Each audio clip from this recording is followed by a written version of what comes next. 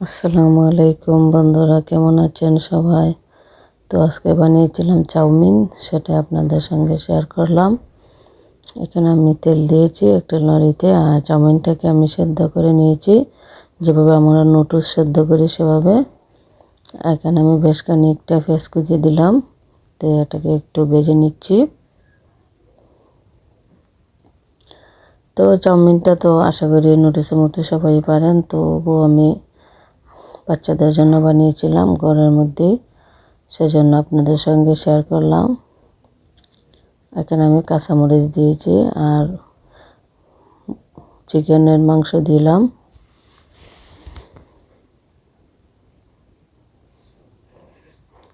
এখানে আমি সিদ্ধ করা চিকেন দিয়েছি, সিদ্ধ করে তারপর আমি ভেঙে জোড়া জোড়া করে নিলাম, সেটাই দিলাম। তো কিছুক্ষণ আবার মাংসটাকে ভেজে নিচ্ছি। ভেজে নেওয়ার পর এখানে আমি একটি মশলা দিলাম,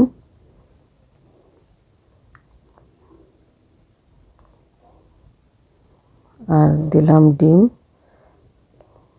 আমি ঘরোয়াভাবে বানিয়েছিলাম, তো আমার হাতের কাছে যে যে উপকরণ ছিল সেগুলো দিয়ে আমি বানালাম। আর বাচ্চারা বাহিরে গেলে কিন্তু চাউমিনটাই খেতে চায়। চাউমিন, বার্গার, এগুলোর পিৎজা, এগুলোর মধ্যে কিন্তু ওদের নেশা থাকে। তো ঘরের মধ্যে যদি আমরা বানিয়ে দিতে পারি তাহলে আশা করি এটা স্বাস্থ্যকর খাবার হবে। চাউমিন কিন্তু যে কোনো সুপার শপে গেলেই পাওয়া যায়।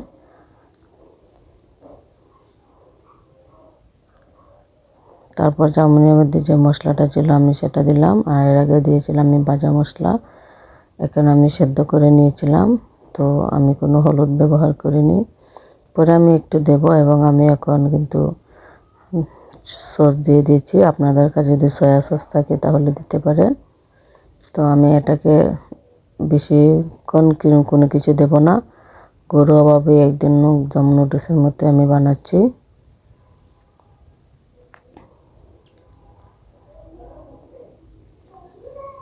সবটাকে আমি নেড়ে দিচ্ছি যেন একসঙ্গে লেগে যায়।